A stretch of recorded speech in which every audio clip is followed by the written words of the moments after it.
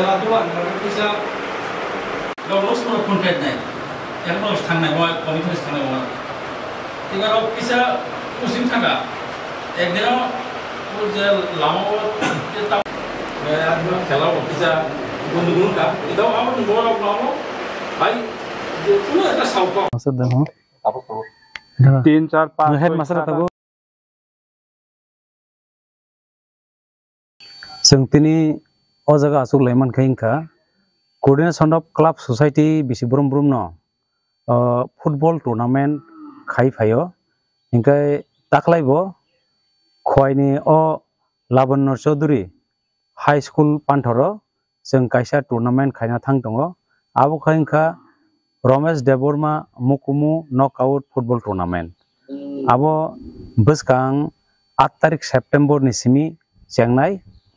आ जगह और tournament price मानी खाइंखा फर्स्ट प्राइज 15,000 सेकंड प्राइज 10,000 इनकाय अब पद्मबिल ब्लॉक नि बिसिं क्लाइनाय जे टीम रक दङानो बरक अजा पार्टिसिपेट खाइफैनाय फाटानि टीम रक न जों पार्टिसिपेट खाइरिया गाय आइकाय सिनि अ टूर्नामेंट नि बागै